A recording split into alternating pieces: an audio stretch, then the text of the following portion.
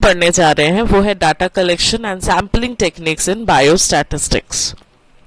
सबसे पहले आता है इंट्रोडक्शन। डाटा कलेक्शन क्या होता है? डाटा कलेक्शन एक प्रोसेस है जहां पे हम इंफॉर्मेशन को कलेक्ट करते हैं। सारे इंफॉर्मेशन जो आपके एक्सपेरिमेंट से रिलेटेड है उसको अलग अलग सोर्सेस से आप कलेक्ट करते हो, फिर उसको एनालाइज करते हो ताकि आप फाइनल कंक्लूजन पे पहुंच सको। और ये बहुत क्रूशियल है और बहुत क्रिटिकल है कि साइंटिफिक रिसर्च के माध्यम से या व्यू से आप बोल सकते हैं कि साइंटिफिक रिसर्च में ये डाटा कलेक्शन का बहुत इम्पोर्टेंस है। और अगर आप गलत जगह से गलत डाटा सिलेक्ट करते हैं तो आपका इंटरप्रिटेशन भी गलत होगा, इसीलिए ये बहुत ज्यादा इम्पोर्टेंट स्टेप है। पर्पस क्या होता है डाटा कलेक्शन का? ताकि आप एक रिलायबल सोर्स से एक वैलिड इंफॉर्मेशन कलेक्ट कर सको, जो आप मेथड ले रहे हैं या जो आप टेक्निक्स फॉलो कर रहे हैं वो एक्यूरेट हो, और जो एविडेंसेस आपके हाथ में आ रहे हैं, जो आपके रिजल्ट्स या जो आपके एनालिसिस में हेल्प करने वाले हैं, वो सारे वैल्यूज जो है वो ऑथेंटिक होना चाहिए। और इसी से आप कोई भी हाइपोथेसिस या उसके रिजल्ट्स के बारे में इंफॉर्मेशन दे सकते हैं। टाइप्स ऑफ डाटा की बात अगर करें तो दो तरह का होता है, एक है क्वालिटेटिव और एक है क्वांटिटेटिव। सबसे पहले हम देखते हैं क्वालिटेटिव या कैटेगरियल डाटा, जिसपे हम क्वालिटी बता सकते हैं। क्वालिटी से हम समझते हैं कि अच्छा है या बुरा है। उसी तरह से ब्लड ग्रुप में A B O blood group, इसमें कोई अच्छा या बुरा वाली बात है नहीं। इसमें ए की भी जितनी इंपॉर्टेंस है बी की भी उतनी इंपॉर्टेंस है। तो ये सिर्फ क्वालिटी बताएगा कि ए ब्लड ग्रुप का है या बी ब्लड ग्रुप का है। ये इसमें कहीं पे भी हम मार्क्स डिस्ट्रीब्यूशन की भी बात करेंगे जहां पे न्यूमेरिकल वैल्यूज नहीं हो सकते। ये सारे ऐसे ही डिस्टिंक्टिव एट्रीब्यूट्स है जहां पे हमको कोई नंबर नहीं मिलता। जैसे पास या फेल है, तो पास या फेल में हमारे पास एक नंबर होता है जिससे ज्यादा आने पे पास होते हैं और कम होने पे फेल होते हैं। तो इसमें ऐसा कुछ है नहीं, जेंडर है मेल फीमेल, या डिजीज का स्टेटस है या डिजीज या नहीं है। नेक्स्ट आता है क्वांटिटेटिव न्यूमेरिकल्स में। क्वांटिटेटिव में हमको सब जगह नंबर्स मिलेंगे। अब इस नंबर में पहला वैरायटी होता है डिस्क्रीट डाटा और एक होता है कंटिन्यूअस डाटा। डिस्क्रीट डाटा में सिंगल काउंटेबल नंबर्स है, इसी में आ जाता है हमारा इंडिविजुअल ऑब्जर्वेशंस। और इंडिविजुअल ऑब्जर्वेशन को जब हम फ्रीक्वेंसी के साथ कोलैब कर देते हैं तो उसको वो बोलते हैं डिस्क्रीट डाटा। फिर आता है कंटिन्यूअस डाटा, जो कि हम एक रेंज ले लेते हैं और उस रेंज में हम अपना डाटा की फ्रीक्वेंसीज को पुट करते जाते हैं, वो होता आता है continuous data. Methods of data collection में सबसे पहला मेथड है प्राइमरी डाटा कलेक्शन। अब प्राइमरी डाटा कलेक्शन कहां से होगा? ये फर्स्ट हैंड डाटा होता है, मतलब आप एकदम स्क्रैच से स्टार्ट करते हैं और एकदम बेसिक से आप डाटा कलेक्शन स्टार्ट करते हैं। अगर मान लीजिए हमको कोई डाटा कलेक्ट करना है ब्लड ग्रुप का, भी एक एरिया है जहाँ पे सारे इंसानों के ब्लड ग्रुप्स आपको कलेक्ट करना है, तो आप इंडिविजुअली हर एक घर में जाके उन मेंबर्स के नाम लिखते हैं और उनसे ब्लड ग्रुप पूछते हैं। ये होता है प्राइमरी। अगर आप इसी को सेकेंडरी में करना चाहे तो फिर आप उस एरिया पे कोई हॉस्पिटल हो या उस हॉस्पिटल से आप डाटा ले ले तो वो सेकेंडरी हो जाएगा। जहाँ पे आपने डायरेक्ट कलेक्शन नहीं किया है वो हो जाता है सेकेंडरी। अभी हम प्राइमरी डाटा देखते हैं। तो प्राइमरी डाटा में सबसे पहला मेथड है सर्वेस या क्वेश्चनर्स। आप क्वेश्चन पेपर्स बना सकते हैं 4 ऑप्शंस डाल के या 5 ऑप्शन डाल के कि ऐसा करने से क्या अच्छाई है क्या बुराई है, ऐसा करके आप ऑप्शंस डाल सकते हैं। तो हर एक पर्सन टू पर्सन आप क्वेश्चन दे देंगे, फिर वो उसको सबमिट करेंगे, तो उससे भी आपका डाटा कलेक्शन होता है सर्वे करके कि अगर गवर्नमेंट ने या किसी मेडिसिन में इस तरह से इफेक्ट हो रहा है तो क्या ये मेडिसिन अच्छा है या बुरा है, उस तरह का सर्वे रिपोर्ट लेना पड़ता है। दूसरा आता है इंटरव्यूज, जहाँ पे आप किसी एक पर्सन टू पर्सन आप जाते हैं और उनका इंटरव्यूज लेते हैं, फिर इंटरव्यू लेके आप उससे कोई कंक्लूजन निकालते हैं, तो वो भी एक तरह का डाटा कलेक्शन है। ऑब्जर्वेशन, अगर हम ऑब्जर्वेशंस डायरेक्ट कलेक्ट कर रहे हैं, जैसे पेशेंट से मैंने कहा कि पेशेंट का नंबर, पेशेंट का स्टेटस, ये सब है ऑब्जर्वेशंस। एक्सपेरिमेंट्स और क्लिनिकल ट्रायल्स, जो क्लिनिकल ट्रायल्स होते हैं उससे अगर हम डाटा कलेक्शन लेते हैं या वहां से अगर हम डाटा को एज एन एक्सपेरिमेंट कलेक्ट कर रहे हैं। नेक्स्ट आते हैं सेकेंडरी डाटा कलेक्शन पे। ये रिसर्चर खुद नहीं करता है, किसी से करवा के या कहीं पे हो गया है उस डाटा को लेके एनालाइज करता है। कहीं पे गवर्नमेंट हॉस्पिटल्स है, गवर्नमेंट रिपोर्ट्स है, वहां से आप डाटा कलेक्ट करके उस पे अगर आप काम कर रहे हो तो ये है सेकेंडरी डाटा। ये इसके एग्जांपल्स है कि सोर्सेस गवर्नमेंट भी हो सकता है, हॉस्पिटल रिकॉर्ड्स हो सकता है। एडवांटेजेस ये है कि इसमें टाइम भी बच जाता है और खर्चा भी कम हो जाता है। आपको लार्ज सैंपल्स एक साथ में मिल जाते हैं, किसी ने किया हुआ है उसी डाटा को आप यूज कर रहे हैं, तो जितना काम उस डाटा को कलेक्ट करने में होता है वो डाटा कलेक्शन का टाइम पूरा बच जाता है। डिसएडवांटेज ये है कि अगर सामने वाले ने कोई गलती की होगी तो आप उस गलती वाले डाटा पे ही आगे काम करते हो, और अगर उसने बायसेस किया होगा तो वो बायस डाटा पे ही आप आगे काम कर रहे हो, और इसमें आपका कोई कंट्रोल ही नहीं है डाटा पे। आपको जो डाटा मिला है उसी डाटा पे आप वर्क करना स्टार्ट कर रहे हो। ये दो उसके मेजर डिसएडवांटेजेस है। अब आते हैं size of sample. Size of sample बहुत इंपॉर्टेंट रोल प्ले करता है कि हम पूरे ऑब्जर्वेशंस में से कितना वैल्यू कलेक्ट करें और कितने पे हम काम करें। अब अगर सैंपल का साइज बहुत छोटा है तो वो पूरे पॉपुलेशन को रिप्रेजेंट नहीं कर सकता, और अगर साइज बड़ा है तो आपके लिए मैनेज करना प्रॉब्लम हो जाएगा। तो इसीलिए सैंपल का साइज बहुत ज्यादा भी नहीं होना चाहिए और बहुत कम भी नहीं होना चाहिए, ये एक ऑप्टिमम रेंज पे होना चाहिए।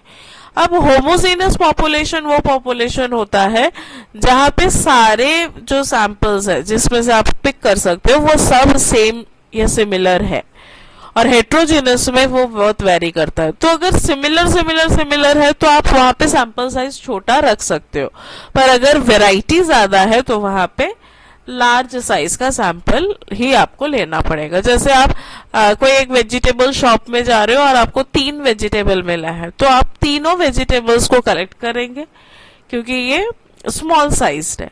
अगर आप कहीं शॉप में जा रहे हैं और वहां पे आपको 20 वेराइटीज ऑफ वेजिटेबल्स मिल रहा है, तो आप उसमें से आप सिलेक्ट कर सकते हैं कि हाँ हम 15 वेराइटीज में हम 5 सैंपल्स को रेगुलेट कर भी सकते हैं। तो डिपेंड करता है। हालांकि ये जो एग्जांपल मैंने दिया वो बहुत छोटे रेंज का है। हम इसको अगर 1,50,000 पे बात करें तो 50,000 अगर होमोजेनस सैंपल्स है तो 50,000 में से आप सेम अगर है तो फिर आप 50,000 में से 1,000 या 5,000 को एज अ सैंपल ले सकते हैं।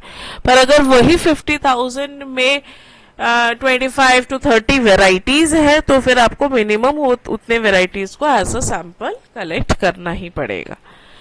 लार्ज पॉपुलेशन है तो लार्ज सैंपल साइज भी होना चाहिए। नेक्स्ट आते हैं अब मेथड्स पे। ये कुछ फोटोग्राफ से देखिए, सिंपल रैंडम सैंपल्स है, सिस्टमैटिक सैंपल्स है, स्ट्रैटिफाइड। ये हम इसका डिफरेंट कैटेगरी समझेंगे। जो मेथड्स ऑफ सैंपलिंग होता है, इस मेथड्स ऑफ सैंपलिंग से हम डिटरमाइन करते हैं कि हम कौन से टेक्निक से अपना सैंपल का सिलेक्शन करेंगे। हमारे पास बहुत सारा पॉपुलेशन है, उसमें से एक्चुअली हम कौन सा टेक्निक फॉलो करें। तो इसमें हम 2 बेसिक टेक्निक्स की बात करते हैं। एक होता है रैंडम सैंपलिंग और एक होता है नॉन रैंडम। रैंडम में 5 कैटेगरी होती है: random sampling, stratified, systematic, cluster या मल्टी स्टेज। और नॉन रैंडम में आता है जजमेंट, पर्पसिव या डेलिब्रेट सैंपलिंग, और उसके बाद आता है कोटा कन्वीनियंस सैंपलिंग और कोटा सैंपलिंग। ये है ओवरव्यू ऑफ सैंपलिंग। आता है random sampling method. Random sampling method में सबसे पहला रैंडम सैंपलिंग, जिसमें हर एक इंडिविजुअल के पास चांस होता है कि वो सिलेक्ट हो जाए, ये है रैंडम। टेक्निक क्या है? रैंडम नंबर टेबल्स बना सकते हैं, लॉटरी मेथड या सॉफ्टवेयर बेस्ड रैंडमाइजेशन। जैसे सॉफ्टवेयर में हमने पूरा डाटा डाल दिया और सॉफ्टवेयर रैंडम नंबर सिलेक्शन से कोई भी एक नंबर को डिस्प्ले कर दे तो वो रैंडम सिलेक्शन हो जाएगा। एडवांटेज क्या है? इसमें कोई बायसेस नहीं होती है और ये बहुत ज्यादा पॉपुलेशन में से छोटे से या कम नंबर ऑफ सैंपल्स को निकालना, या बहुत मतलब 1 लाख है तो 1 लाख में से आप किस बेसिस पे उसको छाट के अगर 50,000 में निकालना है तो 50,000 को सिलेक्ट करना बहुत ज्यादा टीडियस हो जाता है। इसीलिए रैंडम नंबर्स काफी इजी पड़ता है लार्ज नंबर ऑफ पॉपुलेशन के लिए। डिसएडवांटेज क्या है कि लार्ज अगर नंबर ऑफ पॉपुलेशन है तो ये टाइम कंज्यूमिंग है, और इसमें पूरे पॉपुलेशन का लिस्ट जरूरी है। अगर पॉपुलेशन का पूरा नहीं है तो फिर आप इसमें से सिलेक्शन प्रॉपरली नहीं कर पाएंगे। रैंडम सैम्पलिंग करने के लिए 2 टेक्निक है, पहला है लॉटरी मेथड, दूसरा है रैंडम नंबर्स। लॉटरी मेथड्स में आप सारे नंबर्स या सारे आपके इवेंट्स में जो भी ऑब्जर्वेशंस है उन सारे ऑब्जर्वेशंस को आप चिट बना लीजिए, और उसको सेम आइडेंटिकल साइज होना चाहिए, शेप और कलर के पूरे पेपर स्लिप्स होने चाहिए। उस स्लिप्स में आप उसको लिख लीजिए, उसको एक बॉक्स में डाल दीजिए और ब्लाइंड फोल्ड करके आप सिलेक्शन करवा लीजिए। ये होता है लॉटरी मेथड। ये बहुत कॉमन मेथड है। आप लॉटरी किसी भी दुकान में अगर लॉटरी निकाल रहे तो वो भी वैसे ही करते हैं कि जितने नंबर ऑफ पार्टिसिपेंट्स है सबका नाम एक स्लिप्स में अलग अलग स्लिप्स में लग दिए, और सारे स्लिप्स सेम सिमिलर होंगे ताकि जब आप पिक करें तो उसमें कोई भेदभाव ना हो या बायसनेस ना हो। नेक्स्ट है रैंडम नंबर्स। रैंडम नंबर्स के लिए कुछ तरह के टेबल्स होते हैं जिसमें हम ट्रिपलेट रैंडम नंबर्स टेबल्स बोलते हैं, फिशर येट्स टेबल। ये जो साइंटिस्ट ने टेबल्स को अलग अलग तरीके से बनाना है। किसी ने कहा कि सारे नंबर्स को हॉरिजॉन्टल लिख दो, फिर किसी ने कहा वर्टिकल लिख दो। अब उसके बाद जब आप टेबल एक जैसे एक्सेल शीट्स होती है वैसा अगर आप समझे कि हर एक बॉक्स में कोई नंबर लिखा हुआ है तो आप डायगोनली सारे नंबर्स को सिलेक्ट कर सकते हैं, या फर्स्ट रो के सारे नंबर को सिलेक्ट कर लीजिए, या फर्स्ट कॉलम के सारे नंबर को सिलेक्ट कर लीजिए, या एक स्क्वायर बना लीजिए 16-16 का और उसके स्क्वायर में जितने नंबर्स आ रहे हैं वो सिलेक्ट कर लिए। तो ये रैंडम टेक्निक है और आपको पहले से पता नहीं होगा कि आपने स्पेसिफाइड पोजीशन में नंबर कहाँ पे किसको बिठाया है। तो ये नॉन रैंडम में आता है जब आपको पता ही नहीं है कि कहाँ पे कौन बैठा है, तो ये अनबायस्ड या रैंडम मेथड्स में कैलकुलेट होगा।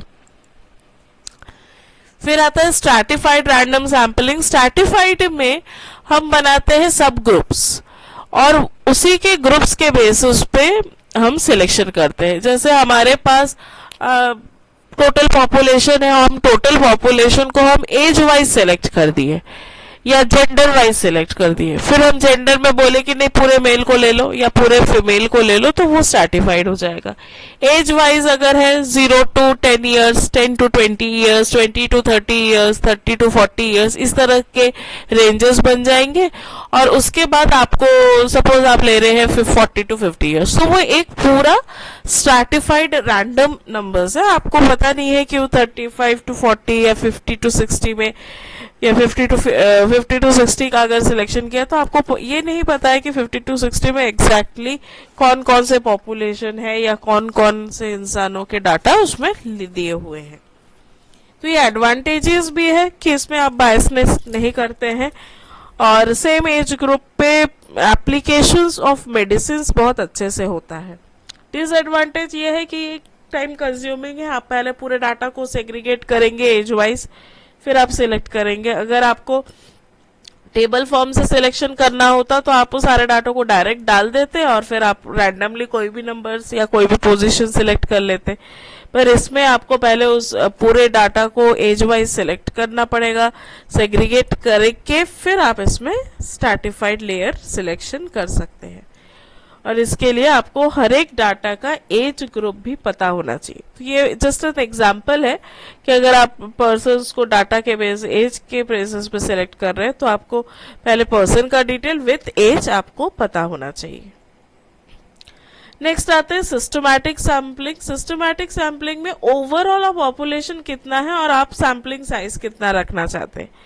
अगर ओवरऑल पॉपुलेशन 10,000 है और आप एक सैंपल साइज का 1000 रखना चाहिए तो 10,000 को आप 1000 से डिवाइड कर दीजिए, जितने नंबर्स आ रहे हैं उतने एक एक सैम्पलिंग इंटरवल्स बनते जाएंगे। तो इस तरह से हम सिस्टमैटिक सैम्पलिंग करते हैं। रेगुलर इंटरवल्स बनेंगे स्टार्ट पॉइंट रैंडम हो सकता है, हम एवरी 100th पेशेंट को या एवरी 1000th नंबर में जो भी है उसको पिक करना चाहे तो वैसा भी हम पिक कर सकते हैं। एडवांटेज ये है कि सिंपल है, टाइम एफिशिएंट है और काफ़ी ईजियर है कि हम खुद ही डिसाइड कर लिए कि हर 10वें पर्सन को लेना है तो हम 10 पर्सन को 10th को लेते जाए। डिसएडवांटेज ये है कि ये यहाँ पे अगर कोई पीरियोडिक पैटर्न में कोई चीज रिपीट हो रही है और हम उसी पैटर्न को ले रहे हैं तो वो उस केस में बायसनेस हो जाएगा। पीरियोडिक पैटर्न मतलब जैसे एक 6 बजे है, एक 6:30 बजे है, एक 7 बजे है, 7:30 बजे, तो आपके पास अगर स्पेसिफिक कोई इन्फॉर्मेशन है कि हाँ ये 30 मिनट्स के गैप में हर बार हो रहा है और आप उसी को सिलेक्ट कर रहे हो तो ये बायसनेस है, ये इसका डिसएडवांटेज है।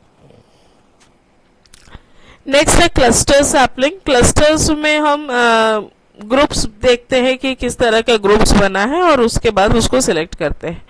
ग्रुप्स कैसे बनता है, जैसे कोई दुकान है, उस दुकान में बहुत भीड़ है तो वो एक क्लस्टर हो गया, और अगर उस दुकान में बहुत कम लोग हैं, अलग फैले फैले हुए हैं, तो वो हो जाएगा रैंडम। ऐसा आपको कोई भी फेयर में देखने मिलेगा कि बहुत सारे स्टॉल्स तो लगे हैं पर किसी एक स्टॉल में बहुत ज्यादा भीड़ हो गया है, तो उस तरह के सैम्पलिंग को कि जहां बहुत भीड़ है हम उसी सैंपल को लेंगे, तो वो हो जाएगा क्लस्टर सैम्पलिंग। एडवांटेजेस ये है कि कॉस्ट इफेक्टिव है, लार्ज पॉपुलेशन के लिए बहुत इफेक्टिव है कि आपको एक अगर कोई प्रोग्राम हो रहा है और आपको देखना है कि भाई कितने पर्सन्स का इंटरेस्ट किसमें है, तो आप स्टॉल्स को देख के समझ सकते हैं कि कौन से स्टॉल में सबसे ज्यादा भीड़ है और उस भीड़ के अकॉर्डिंग आप अपने उनके चॉइसेस का इंटरप्रिटेशन कर सकते हैं। डिसएडवांटेज ये है कि सैम्पलिंग एरर्स होने के चांसेस है। आप एक जगह भीड़ देख रहे हैं और सोचे कि यहाँ तो बहुत लोग हैं, 100+ है, पर और एक जगह देख रहा है तो वहां पे आपको लगा कि 90+ है, तो 100+ और 90+ का एग्जैक्ट काउंट अगर आप नहीं करते हैं तो उस केसेस में एरर्स हो सकते हैं। प्रिसिशन कम हो जाता है, आप 100+ लिख दे तो 100+ में कितना प्लस और 100 माइनस में कितना माइनस वो आप रैंडम हो जाता है, उस तरह ये इसका मेजर डिसएडवांटेज है। नेक्स्ट है multi stage sampling. Multi stage में हम क्लस्टर्स भी देखते हैं और मल्टीपल एरियाज भी देखते हैं। आप एक डिस्ट्रिक्ट सिलेक्ट कर दिए, उस डिस्ट्रिक्ट में से एक विलेज ले लिए, विलेज में से हाउस होल्ड का सामान और वहां से इंडिविजुअल। ये है कि लेयर बाय लेयर हम उसको सिलेक्शन करते हैं। एडवांटेज ये है कि बहुत प्रैक्टिकल है और इसमें ज्यादा प्रिसाइज डाटा मिलने के चांसेस है, और डिसएडवांटेज ये है कि इसमें एरर भी हो सकते हैं। एरर इन द सेंस आपने गलत विलेज सिलेक्ट कर लिया, गलत घर सिलेक्ट कर लिया तो पूरा डाटा ही आपका गलत हो जाएगा, और अगर यहाँ पे सिलेक्शन में कहीं बायसनेस कर दिया तो पूरा पॉपुलेशन ही बायस हो जाएगा और गलत रिप्रेजेंटेशन पे आ जाएगा। Random sampling, non random sampling में उसको ही नॉन प्रोबेबिलिटी सैम्पलिंग बोलते हैं। इसमें हर एक पर्सन या हर एक मेंबर के इक्वल चांसेस नहीं होते हैं। ये डिपेंड करता है जजमेंटल या पर्पसिव सैम्पलिंग्स पे। जजमेंटल और पर्पसिव सैम्पलिंग इसमें हम 3 मेथड पढ़ेंगे। पहला मेथड है जजमेंटल। अब जजमेंटल का मतलब है कि अगर आपने कोई सिलेक्शन किया है तो उसको जजमेंट के बेसिस पे आप सिलेक्शन कर रहे हैं। जैसे कोई इवेंट हो रहा है, जैसे आपके कॉम्पिटिशन्स होते हैं, म्यूजिक कॉम्पिटिशन्स है या डांस कॉम्पिटिशन्स है, तो डांस कॉम्पिटिशन में कौन अच्छा डांस करता है, जो सिलेक्ट हुआ, तो दैट इज जजमेंटल। एडवांटेज जो है वो एक्सपर्ट्स ओपिनियन है, स्पेसिफिक ग्रुप्स है। डिसएडवांटेज है कि हाईली सब्जेक्टिव है, प्रोन टू रिसर्च बायस। अगर बहुत अच्छा डांस भी किया है पर सिलेक्ट नहीं हुआ तो हम इसमें ले नहीं पाएंगे क्योंकि वो सिलेक्ट हुआ नहीं, पर बहुत कैलिबर था या हो सकता है कि उसको सिलेक्ट कर लेते तो वो जीत जाता। तो इस तरह से जो ये जजमेंटल में जो आता है वो कहीं कहीं पे मिसलीडिंग भी हो सकता है, क्योंकि अगर सिलेक्शन गलत है तो फिर आगे का रिसर्च का जो रिजल्ट आएगा या एनालिसिस होगा वो भी गलत ही होगा। नेक्स्ट आता है कन्वीनियंस सैम्पलिंग। कन्वीनियंस सैम्पलिंग में हम डाटा को कलेक्ट करते हैं और डाटा जो कलेक्ट हो रहा है ये हमारे कन्वीनियंस से होता है। ये सेकेंड मेथड है actually. Convenience sampling. First method हमारा जजमेंट था। कन्वीनियंस सैम्पलिंग में हम हमारे कन्वीनियंस के हिसाब से हम ले लेते हैं, तो इसमें बहुत इजी भी हो जाता है, खर्चा भी नहीं होता है।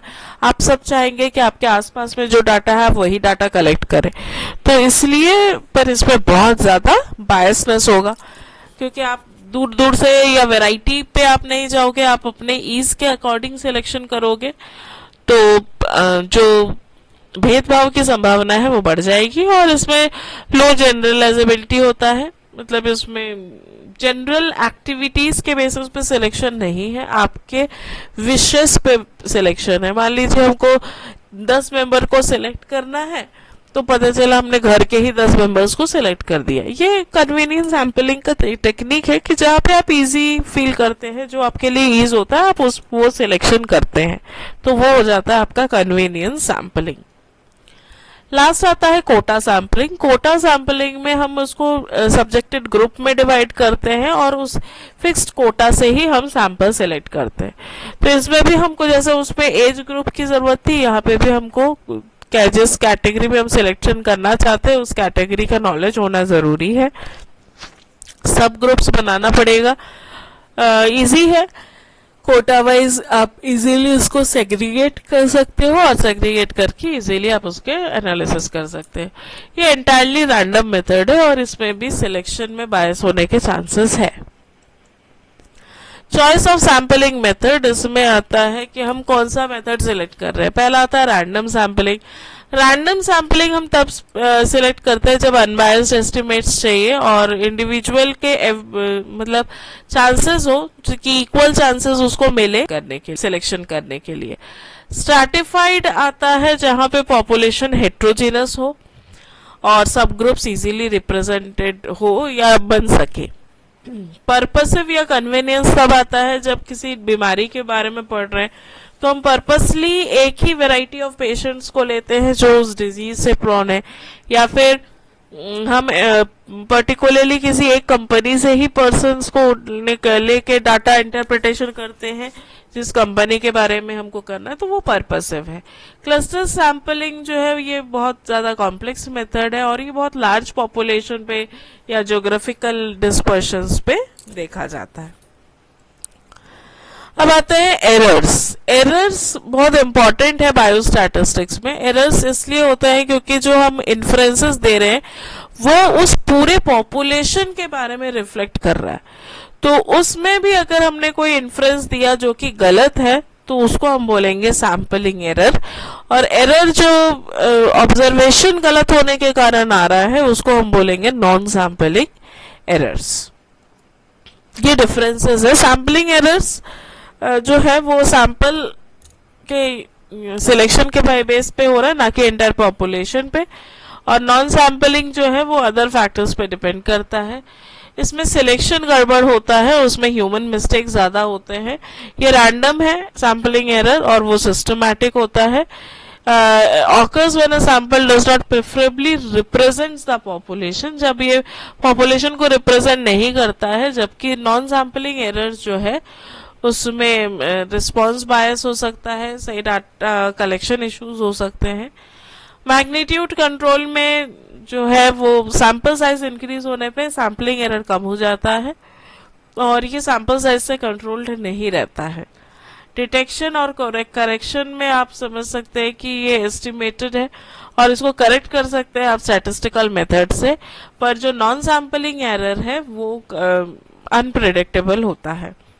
वैलिडिटी जो है इसका प्रेसिजन कम हो जाता है जब तक आप उसमें मतलब अगर उसमें कोई बायस नहीं है तो उसका प्रेसिजन ठीक रहेगा, पर अगर बायस है तो उसका प्रेसिजन कम हो जाएगा और इसमें बायस होने से एक्यूरेसी और वैलिडिटी रिजल्ट्स के वैलिडिटी पे इफेक्ट दिखेगा।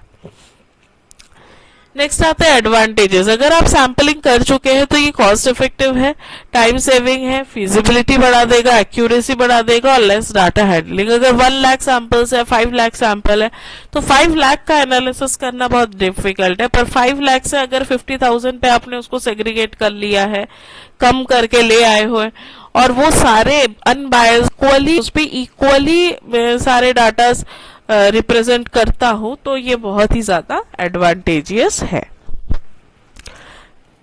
डिसएडवांटेजेस में एरर अगर आपने गलत लिया है, बायसलेस किया है और आपने बहुत कम रिप्रेजेंटेशन ले लिया है, आपके पास डाटा 20 है और 20 में से आपने 2 को सिलेक्ट कर दिया, तो ये बहुत कम लिमिटेशन हो गया, डाटा का एक्चुअल जो रिफ्लेक्शन है वो नहीं हो पाएगा। डाटा वैलिडिटी इशू, अगर वो सीजन वाइज चेंज हो रहा है तो डाटा लेना पड़ेगा, ऐसा नहीं कि एक बार ले लिया और पूरा साल भर चला दिए, तो वैसे में डाटा गलत हो जाएगा। और उसमें एक्सपर्टाइज्ड एडवाइस लेके ही हमको सैंपलिंग करनी चाहिए ताकि आप अनबायस्ड और हेल्पफुल डाटा कलेक्ट कर सके। तो फाइनली आता है कंक्लूजन, ये एक इम्पॉर्टेंट पार्ट है डाटा कलेक्शन जब भी हम बायोस्टैट्स करें, और ये बहुत वैलिडिटी ऑफ या वेटनेस ऑफ डाटा की वैल्यू को बढ़ा देता है। अनबायस्ड होना चाहिए, पॉपुलेशन को अच्छे से रिप्रेजेंट करने वाला होना चाहिए, कॉस्ट इफेक्टिव होना चाहिए, एक्यूरेट होना चाहिए, इसमें एरर्स बहुत कम होना चाहिए, और जो सैम्पलिंग और नॉन सैम्पलिंग इफेक्ट है ये बहुत एरर्स होते हैं, ये बहुत रिजल्ट्स को बहुत ज्यादा इफेक्ट करते हैं, तो इसीलिए एरर मिनिमाइज होना चाहिए और स्टैटिस्टिकल टेक्निक्स लगा के अच्छे से इम्प्रूव कर सकते हैं। तो ये है हमारा डाटा कलेक्शन का टेक्निक्स। आगे के वीडियो के लिए सब्सक्राइब करिएगा चैनल और बेल आइकन दबाइएगा ताकि नेक्स्ट का अपकमिंग वीडियो आपके पास पहुंच सके। Thank you.